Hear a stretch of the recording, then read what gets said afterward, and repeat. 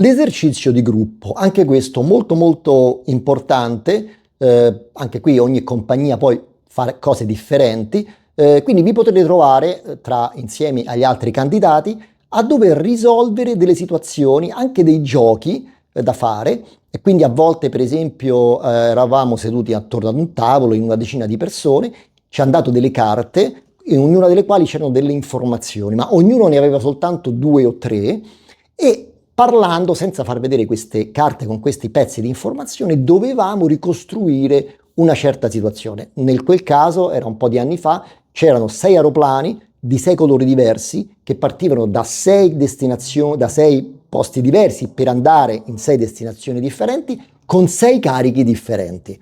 Allora noi, avendo soltanto dei pezzi di informazione, per esempio io avevo, che so, l'aereo rosso porta l'oro, un altro aveva l'aereo che va a Roma è giallo, quello che parte da Bergamo bla bla.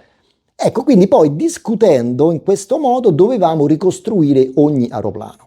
Ora, qual è lo scopo di questi giochi in generale? Non è mai trovare la soluzione finale, non è che se trovi la soluzione finale sei assunto, se no non passi la selezione.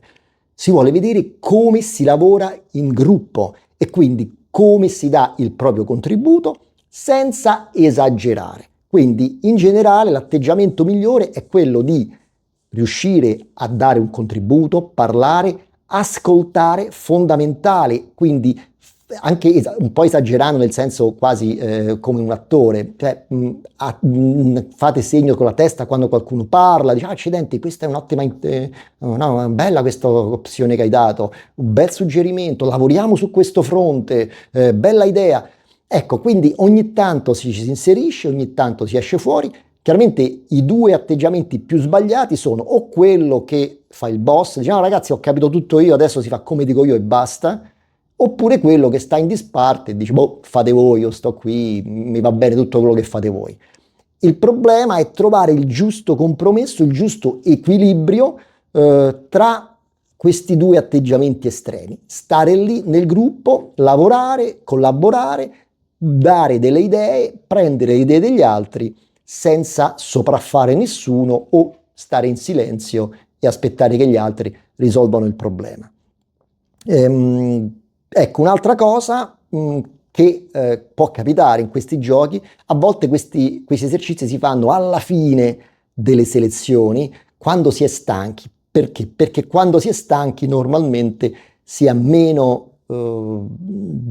forza di collaborare, si rischia anche di litigare più facilmente, quindi assolutamente non creare conflitti, ma anzi risolverli, chiaramente. Una volta mi è capitato un'altra selezione dove ci avevano dato un borsone con dei pezzi, c'erano dei tubi, dei gomiti e delle istruzioni. Dovevamo costruire una struttura seguendo le istruzioni. E quindi capite che lì poi eravamo in 6 persone, era anche difficile fare chi cosa, organizzarci, coordinarci, è appunto lì l'esercizio.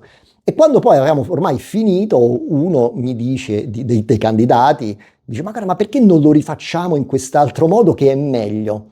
Ora, era vero che era meglio, ma stavamo finendo il tempo, perché non è che avete tutta la giornata, loro vi dicono avete X minuti.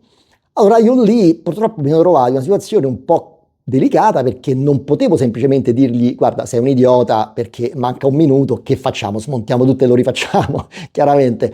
Però non potevo neanche, quindi che non potevo accettare la sua proposta, ho dovuto contrastarla cercando di spiegare il perché, mentre gli altri pure erano lì intorno che non sapevano un po' che fare, anche perché lui a me l'aveva detta questa cosa, boom, sparata così. Ecco che quindi anche lì bisogna saper gestire anche quello che gli altri candidati, ma per errore o per eccesso di zelo, perché magari lui voleva fare ancora di più, ma non si è reso conto del tempo, proprio perché è sempre un discorso di gestione di tempo e risorse. Appunto, ci si dà un tempo. Ma ripeto, questi esercizi, in quel caso lo avevamo finito entro il tempo, ma non è importante finire l'esercizio. La commissione guarda tutti e vuole vedere come lavorate, non che finite il progetto. E quindi è molto importante in questi giochi di gruppo appunto essere presenti e non arrendersi mai. Un'altra volta, ogni tanto come ricordo degli esempi delle tante selezioni che ho fatto, dovevamo costruire un ponte, un ponticello con degli stecchini. Quindi stavamo un po' litigando con questi stecchini, io pure non sapevo come fare, ogni tanto appunto davo qualche idea, ricevevo l'idea e ormai mancavano 2 minuti alla fine dell'esercizio e un ragazzo fa no, no, è impossibile, non si può fare questa cosa, è impossibile. Ecco, no, in fase di selezione non esiste che uno dice è impossibile, non lo faccio, perché tu stai in volo, hai un'emergenza, che fai? Ti arrendi, dici no, non si può fare, oggi moriamo tutti. È chiaro che tu fino alla fine ci provi, e così io e gli altri abbiamo fatto, sapendo che non ci saremmo riusciti. Appunto, non è il discorso di riuscire, è dimostrare alla commissione che ti guarda che tu comunque fino alla fine ci provi e non ti arrendi mai. Ora veniamo alla prova al simulatore, che è probabilmente l'80% del valore di tutta la selezione è il simulatore, soprattutto per certe compagnie, dove addirittura si fa prima il simulatore e poi tutti gli altri colloqui. Ora anche qui dipende, non esiste un test standard, ogni compagnia lo fa un po' come vuole, chiaramente, però normalmente ci sono due tipologie di test al simulatore, quello in cui si fanno solo manovre e quindi è abbastanza facile concettualmente, voglio solo vedere che riuscite a pilotare l'aeroplano e che lo avete sotto controllo, quindi si faranno dei decolli, virate, magari possono anche chiedere di intercettare delle radiali, di entrare in holding e poi ci sarà un ILS con una riattaccata perché non si vede la pista e poi la classica avaria motore che si fa in riattaccata e quindi lì vogliono vedere che uno riesce a controllare l'aeroplano, fare il minimo della checklist e poi in base all'aeroplano, l'ICAM, quello che c'è da fare, mettere l'aereo in sicurezza e atterrare. Mentre invece c'è un'altra filosofia di altre compagnie aeree che dicono che manualmente più o meno l'aeroplano lo sanno pilotare tutti, le radiali ormai non si intercettano più, le holding ormai si fanno tutte quante in maniera automatica, è inutile, non voglio vedere che sai fare queste cose, voglio vedere che ragioni. Cioè voglio vedere in una situazione normale, di un volo normale, con tutti gli automatismi, perché normalmente si vola con gli automatismi, però voglio vedere sotto stress come ragioni. E quindi alcuni scenari sono in genere sempre comunque brevi, perché i tempi delle selezioni non sono chiaramente enormi, però ci sarà un tipo di avaria, un tipo di problematica che richiede un atterraggio rapido. Ora, rapido non significa precipitare al suolo in pista in 1 secondo e mezzo, mettere le ruote per terra e dire vedete sono atterrato in 2 minuti, sono il pilota più bravo del mondo. No, bisogna sempre fare le cose con un certo ordine e quindi soprattutto è importantissimo avere chiaro il ruolo a bordo, cioè chi è PF, chi è PM. L'aereo deve sempre essere sotto controllo di qualcuno, mai fare due cose insieme. Sto pilotando, chiama la radio, chiamo il capo dell'assistente di volo, leggo il checklist, inserisco i dati nell'FMS. Questo mai sono errori grossissimi. Per cui le cose vanno fatte sì rapidamente, ma con la giusta sequenza. Per cui c'è un problema, ok, io sono PF, tu sei PM, viceversa, chi fa cosa. Importante soprattutto quindi questo discorso del CRM e mettere insieme non solo l'altro pilota, l'ATC, il capocabina, quindi gli assistenti di volo, i passeggeri, le famose 5C, per chi è pratico, quindi le 5C della comunicazione, quindi comunicare col cockpit, con di noi, l'ATC, la compagnia aerea, quindi informarli possibilmente di quello che stiamo facendo, i passeggeri e quindi gli assistenti di volo. Quindi importante, una volta evidenziata l'avaria o il problema, per esempio, a volte non è neanche un'avaria, magari hai dopo il decollo che ti chiama il capocabina e ti dici guarda c'è un passeggero che si sente male e dobbiamo atterrare subito, oppure c'è una rissa a bordo, per esempio. Oppure possono anche esserci cose più tecniche come mi è capitato, per esempio, la fuel leak. È un classico dei check al simulatore perché appunto la fuel leak richiede di sì atterrare rapidamente, ma c'è bisogno anche di effettuare comunque una certa checklist, delle procedure per isolare eventualmente il motore, le linee del carburante e poi non dimentichiamoci mai le minime fondamentali, sempre il discorso dell'orientamento, cioè dove siamo, la situation awareness, Molte volte durante queste fasi di selezione non c'è il radar, quindi dobbiamo sempre sapere quant'è la minima nella posizione dove voliamo. Siamo sopra la MSA? Ok, non c'è problema, altrimenti dobbiamo seguire le minime delle rotte che dobbiamo pilotare. Ci sono molto spesso anche problemi di tempo meteorologico, quindi CB da evitare. Il wind shear è un classico dei colloqui, dei check al simulatore, quindi molto spesso può capitare. Anche campo, e dipende sempre, ripeto, da come viene svolto lo scenario, cambi di programma, nel senso cambi di scenario, cioè si prospetta una certa situazione, avete preso una certa decisione, vogliono vedere che siete in grado di cambiare la decisione. Cioè avete chiesto il bollettino per un aeroporto, è aperto, la visibilità è ottima, perfetto, abbiamo fatto tutto, stiamo andando lì, abbiamo fatto il briefing al capocabina, abbiamo fatto il PA ai passeggeri, abbiamo informato la compagnia, abbiamo fatto il nostro briefing, approccio e check-in, siamo pronti, l'aeroporto è chiuso adesso perché si è schiantato un aeroplano un secondo fa, la pista adesso è occupata. Quindi che si fa? Il carburante magari non è neanche tanto, quindi lì bisogna avere l'elasticità mentale di non appunto arrendersi e dire oddio adesso è finita, ma ok, cambiare piano, mettere l'aeroplano in sicurezza, quindi stiamo sopra la minima, chi pilota, chi comunica, dove andiamo, magari entriamo in holding, ci prendiamo un minuto di tempo per controllare il meteo di nuovo e poi prendiamo un'altra decisione. Un altro classico dei colloqui è che una volta appunto risolto tutte le problematiche si sta in finale e magari a 600 piedi fuoco al motore. A quel punto uno degli errori più classici è quello che siccome non ho ancora fatto la procedura prevista, riattacco. Ora col fuoco non si riattacca, ma a quelle quote neanche si fa nulla perché tra un minuto siamo a terra. Allora c'è il fuoco al motore, engine fire, ok, stand by, spingi la master warning per silenziare e allora gli dici ok, atterriamo, metto le ruote a terra, parking brake, ci fermiamo, facciamo la checklist e eventualmente l'evacuazione. Si dà il mayday, si informa l'ATC della problematica, ma non si esegue nessuna checklist, si atterra. Non vi mettete a fare appunto checklist sotto i 1000 piedi o cose di questo tipo perché non va bene, insomma, ecco.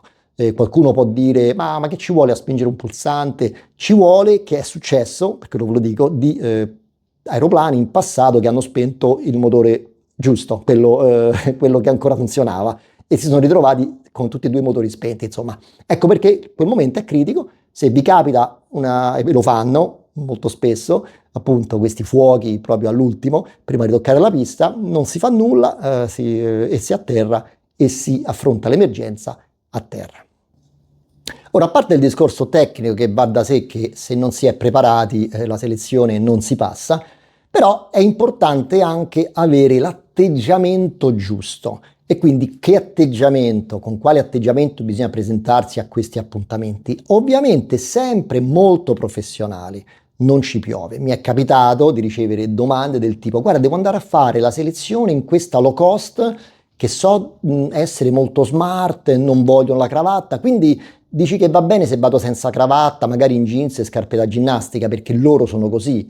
No, non va bene, loro saranno così, ma perché sono già loro, tu non sei nessuno, tu sei un candidato che deve presentarsi alla compagnia. Quindi sempre giacca e cravatta, ci si veste bene, ci si pettina bene, sbarbati o con la barba fatta bene. Poi se durante la selezione, come appunto anche a me è capitato una volta e mi è stato detto ragazzi toglietevi le cravatte, qui siamo tutti smart, benissimo, però me lo stai dicendo tu. Ci si presenta sempre in maniera molto professionale. Poi tenete presente che la selezione inizia il momento in cui arrivate lì alla sede della compagnia aerea, laddove l'hotel, dove si fanno le selezioni, non quando si entra nell'aula, perché anche lì può esserci qualcuno che vi sta guardando, ok? E quindi anche quando incontrate gli altri ragazzi con i quali dovete fare le selezioni, gli altri candidati, siate professionali. Ora, a me non è mai capitato, non ho mai sentito che c'erano delle spie nascoste tra i candidati, però non parlate male della compagnia che state lasciando, non parlate male di vari personaggi, soprattutto della compagnia per la quale state andando a fare le selezioni. Cercate comunque di familiarizzare immediatamente con gli altri, perché questo vi semplifica le cose anche dopo, vi fate conoscere. Ecco, questo già è un atteggiamento iniziale che io consiglio. Non state in disparte, non aspettate la chiamata, cominciate a conoscere gli altri, però ripeto, sempre molto professionali. E un'altra cosa, un po' come vi anticipavo prima, cercate chiaramente di essere rilassati. Cioè l'idea è che voi state andando a prendere il lavoro che voi sapete è vostro, non è che ve lo toglie nessuno, vi state semplicemente presentando alla compagnia perché voi sapete che avete i requisiti, l'esperienza, la capacità che stanno cercando loro. E quindi di fronte a una commissione, voi siete il pilota e il comandante e non potete stare lì con gli occhi sbarrati, con la paura. Siete i professionisti rilassati, brillanti, non fate battute, fatele fare a loro, brillanti ma non scherzate troppo, cioè se scherzano loro va bene, però insomma ecco, non iniziate la battuta voi, insomma ecco.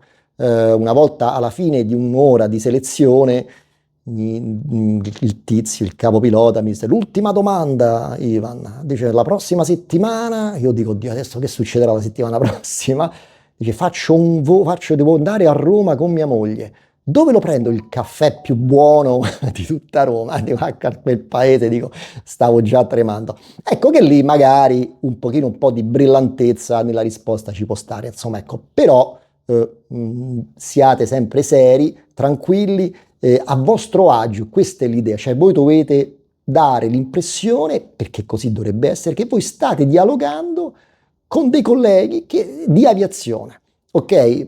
Chiaro, loro sono quelli che vi stanno selezionando, vi stanno giudicando ed è anche giusto così, però se voi già partite con la mentalità giusta di dire ok, io sono un pilota, le cose le so, adesso ci confrontiamo, e anche quando vi fanno domande strane o anche domande sbagliate, perché mi è capitato anche quello, cioè mi sono state fatte domande sbagliate, cioè una volta un tizio, ma chissà che cosa gli girava per la testa, diceva adesso sei in volo in condizioni di bassa visibilità, a un certo punto ti prende fuoco l'APU, hai l'avviso di fuoco dell'APU. E io gli dissi, scusi, ma io sto volando con l'APU acceso. Allora l'ho visto che si era un po', dice, oddio, vero, non ci avevo pensato a questa cosa, gliel'ho letto un po' in fronte, no? No, vabbè, mi fa, ma lui comunque c'hai questo avviso, che fai? No?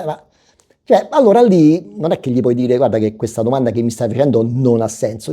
Comunque, anche se non ha senso, voi non sapete quello che vogliono sapere. Magari ve la stanno facendo apposta una domanda che non ha senso, proprio per vedere la vostra reazione, ok? Magari era per quello che me l'hanno fatta, ok? Anche se una volta uno mi disse, beh, allora facciamo questo de-ice, no? E allora lasciamo il flap e gli slat abbassati, no? Non si fa così? Lui volava su un altro plano, sul 320, faccio, veramente no. Infatti c'è un altro che se l'è guardato, come dire, ma che stai dicendo? No? Ecco lì, però anche lì appunto ha detto una cosa completamente sbagliata, non è che per forza, siccome l'ha detta lui, bisogna dire sì, c'ha ragione, l'ha detta tu. No, se comunque pensate che non sia giusto, si risponde in maniera educata, chiaramente, professionale, però si risponde. Ecco, un'altra cosa importante, ho le mie note, guardate negli occhi le persone, avrete sempre almeno 2, 3, 4 persone. Io non ho mai fatto un colloquio con meno di 3 persone, forse una volta erano 2. Guardateli negli occhi, non incagnesco, però guardate negli occhi quando vi fanno una domanda, anche se una persona vi fa una domanda e avete davanti 4 o 5 persone, nel rispondere rispondete alla persona che vi ha fatto la domanda e intanto che parlate ogni tanto cambiate lo sguardo a tutti quanti, cioè fate capire che avete un audience davanti e state rispondendo a tutti quanti, ok? Non si sta mai con la testa bassa o col petto troppo in alto, ma sguardo fiero, non troppo, ma guardiamo in faccia, negli occhi, tutti quante le persone che abbiamo davanti. In realtà questa è una regola che varrebbe sempre, in qualsiasi contesto, però ovviamente a maggior ragione quando si è ad un colloquio. Moderate la gestualità. Noi siamo italiani purtroppo e quindi ci muoviamo troppo, troppo. Questa cosa di parlare e fare così può essere interpretata male, soprattutto in Asia, perché lì non si parla, quindi può essere interpretata come sfrontatezza, come aggressività, come un po' di strafottenza, quindi non cercate di limitare al minimo. Se non avete idea di come fare, mettetevi le mani così e ve le tenete un po' giù, diciamo, sulle gambe, così, almeno così, cioè è meglio non muoverle per niente le mani piuttosto che muoverle male. Questo è il messaggio che vi voglio dare. E poi si parla con calma. Si fa la domanda, non si risponde subito perché io la so, questa la so, bla bla bla. No, no, no. Vi fate una domanda, anche se la sapete proprio a razzo, prendetevi sempre un secondo per pensare o per far finta di pensare.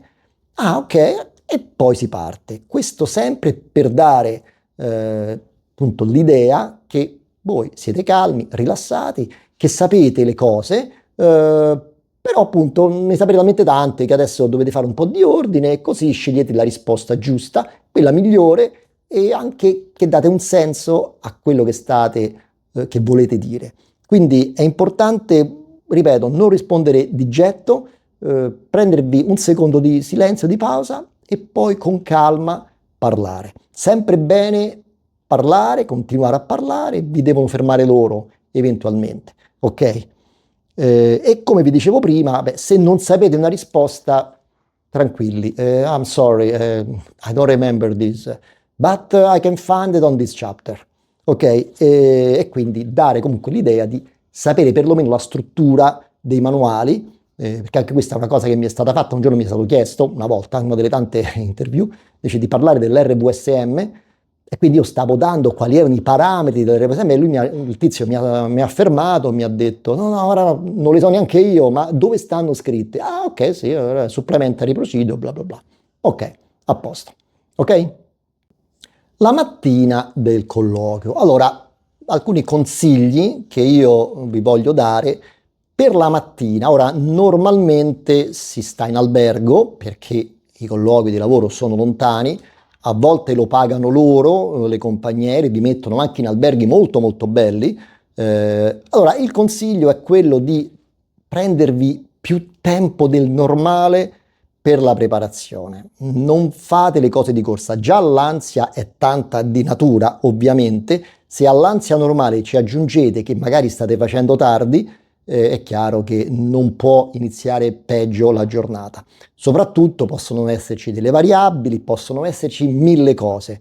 Quindi il mio consiglio innanzitutto è mettete la sveglia ben prima del solito. Ok, poi la sequenza di azioni da fare la mattina. Ora, è chiaro che poi ognuno ha le sue regole, la sua routine, per carità. Io vi dico quella che ho fatto io, quella che secondo me è l'idea migliore e vi dico anche il perché.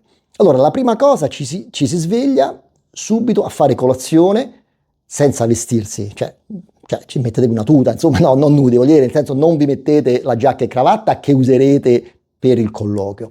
Si fa subito colazione, poi si torna in camera, ci si rade per i maschi o le donne che si devono radere pure, insomma, oppure vi mettete il make-up, poi appunto dopo la rasatura per gli uomini vi fate la doccia, poi ci si rilassa un po' a questo punto, quindi magari musica, mettetevi le cuffiette e poi ci si veste e si va giù. Perché questo?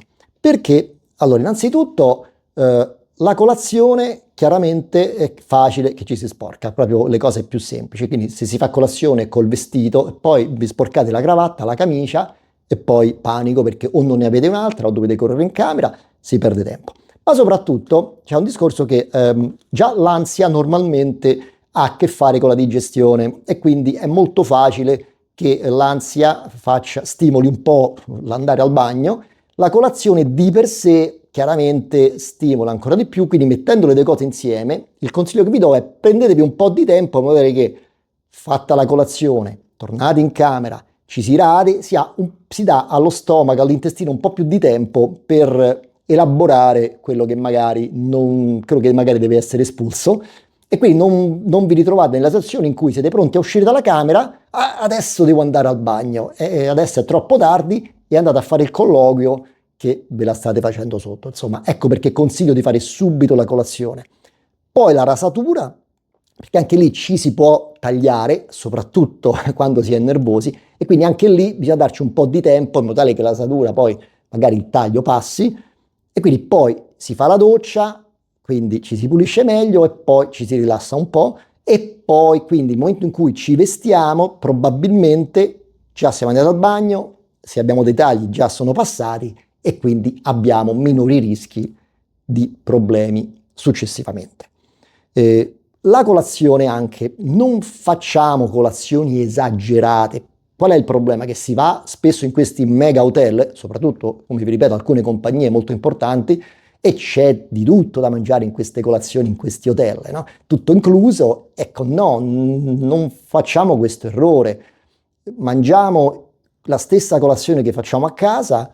Io non sono un nutrizionista, quindi anzi magari se ci fosse qualcuno più esperto di me che può dare dei consigli, ben venga, però io direi evitiamo il latte, perché anche quello soprattutto stimola un po' l'intestino, mangiamo cose secche, biscotti secchi che magari possono anche assorbire un po' i gas, i liquidi intestinali, gli acidi, no i gas, gli acidi intestinali, e ci fanno stare un po' più tranquilli, un po' di zucchero, quindi per il cervello, quindi una colazione molto molto elementare, quindi, ok, e leggera soprattutto. Poi, quindi siamo pronti a uscire dalla stanza, perché appunto vi dicevo prepararsi con un molto tempo in anticipo, perché prima di uscire dalla stanza ci siamo vestiti di nuovo, prendiamoci un momento di calma dove io quello che ho imparato a fare è proprio innanzitutto mettermi davanti allo specchio e farmi delle grosse risate. Sorrisi, lo so, sembra stupido, ma tanto non c'è nessuno nella stanza che vi guarda, però il fatto stesso di ridere, di sorridere, inconsciamente rilassa, è perché siamo fatti così. E quindi è quasi una forzatura di rilassamento che facciamo per il nostro corpo. Un'altra cosa importante che io prima di scendere, magari appunto per fare questi colloqui faccio è: pensate a qualche esame importante che avete superato in passato, difficilissimo, fosse la maturità, altri colloqui di lavoro, lauree, qualsiasi cosa che all'epoca vi sembrava impossibile, ma l'avete superato. E allora in questa mattina che state scendendo per andare a fare anche questa interview, questo colloquio di accidenti, quella volta ho superato un esame molto difficile, ce la faccio anche oggi allora. Quindi anche questo diciamo, elevarci un po', secondo me può aiutare ad affrontare meglio la giornata che avete davanti, che sarà molto lunga. Poi ovviamente non vi dimenticate i documenti, è importante, preparateli la sera prima, tutto ciò che dovete portare, preparatevelo bene, ma già da casa, insomma, in una bella cartellina, computer, documenti, licenze e tutto ciò che viene richiesto. E poi appunto, poi si va giù e come vi dicevo prima, ci si incontra con gli altri, cominciate già a fare un po' amicizia e ovviamente a non parlare male e a entrare un po' così in confidenza con questa giornata che vi cambierà probabilmente la vita, si spera. L'ultimo argomento di cui voglio parlarvi è: una volta ricevuto l'esito di questo colloquio, perché è importante? Allora, innanzitutto, alcune compagnie vi dicono subito se siete passati o no, altre invece dovete aspettare una mail, altri vi dicono sì, siete passati, ma dovete comunque aspettare la mail. Allora, il momento in cui si finisce una selezione, non si danno mai le dimissioni dalla compagnia attuale finché non sia ricevuta la lettera di invito per iniziare il lavoro. Non è semplicemente l'aver superato le selezioni. Non fate mai questo errore, perché non si sa mai cosa può succedere successivamente. È successo purtroppo a tanti piloti, e forse non solo, di aver passato le selezioni, di aver ricevuto la lettera, dice ok, hai passato le selezioni, e poi magari dopo 2 mesi ti scrivono e ti dicono però non ci sono le condizioni per l'assunzione, e non vi dicono neanche perché. non si sa mai queste cose, quindi aspettiamo sempre la data di inizio, che poi anche lì è chiaro che c'è sempre un elemento di rischio in questo, perché poi bisogna dare 3 mesi di preavviso normalmente alla propria compagnia attuale e comunque magari poi anche dopo aver dato le dimissioni la compagnia successiva può dirti ah no abbiamo cambiato idea, è chiaro, c'è poco da fare. Però perlomeno se si ha una lettera con una data di inizio, diciamo che le probabilità che poi non vieni più chiamato sono molto molto ridotte. Però aspettiamo questa lettera con la data di inizio. E soprattutto anche se l'esito è negativo, cosa fare, cosa non fare. Allora, innanzitutto non rispondiamo male alla mail che ci dice non hai superato le selezioni. Perché bisogna sempre mantenersi professionali, bisogna sempre ringraziare per l'opportunità, quindi una risposta standard è sempre grazie per l'opportunità ricevuta, è stato un piacere venirvi a trovare nella vostra sede, incontrarvi, mi auguro che possiamo avere un'altra opportunità in futuro, bla bla bla. Questo perché? Perché magari per qualche motivo non li avete convinti quel giorno. Però loro vogliono vedere anche l'insistenza, vogliono vedere la motivazione. Magari la seconda volta che andate, la seconda volta che di nuovo mandate la richiesta, il curriculum, loro dicono, accidenti, questo vuole veramente venire, la motivazione è tanta. Ecco che anche questo fatto di insistere, di riprovarci un'altra volta, è già un elemento che vi dà dei punti in più. Quindi non ve la bruciate rispondendo, ma voi non capite niente, io sono il pilota più bello del mondo e bla bla bla perché vi potreste bruciare un'opportunità in futuro, anche se voi direte no, ma tanto io non ci voglio lavorare più per questi, mi hanno detto no una volta, non ci vado più. Benissimo, però non costa nulla rispondere bene, potrebbe costarvi di più rispondere male. E poi l'ultimo consiglio è quello di non, sempre nel caso di esito negativo, di non avvilirsi troppo. Chiaro, ci si rimane male, anche a me è successo, io non ho superato perlomeno che mi ricordi tre selezioni, è chiaro che lì per lì ci rimani male, però non puoi mai sapere esattamente che cosa cercano queste persone, ok? Queste compagnie aeree. Quindi non è che semplicemente per non aver passato una selezione significa che non sei un bravo pilota, che hai sbagliato tutto, che devi smettere di fare il pilota, semplicemente significa che non gli vai bene a loro. Ok, e va bene, ce ne sarà un'altra di compagnia al quale magari andate benissimo. Ok, tenete anche presente che una cosa molto importante di alcune compagnie in certe aree del mondo, soprattutto per esempio in Medio Oriente, loro sanno benissimo che è difficile adattarsi nel posto, quindi non è tanto un discorso tecnico professionale, ma un discorso di luogo. E vi dico chiaramente che in alcune compagnie medio orientali sanno perfettamente che noi italiani non ci adattiamo tanto, che le famiglie non si adattano tanto, o anche quando stavo in Asia, per esempio, tanti italiani fallivano le selezioni in alcune compagnie asiatiche, ripeto, non perché non fossero bravi piloti, ma perché durante le selezioni, soprattutto quando vengono fatte bene, con gli psicologi, con il colloquio personale che è fatto bene, lì capiscono che probabilmente la famiglia difficilmente si sposterà così lontano e quindi loro già prevedono che questo pilota magari viene, sta qualche mese e poi se ne riva, cosa che poi succede appunto soprattutto in compagnie anche dove sto adesso in Medio Oriente, dove appunto magari non ci si rende bene conto di com'è il luogo e poi le famiglie si spostano, moglie, ragazzini, figli e dicono no, no, no, qui non ci voglio stare, poi vanno via e il pilota dice ok, adesso dopo 6 mesi, 7 mesi devo andare via.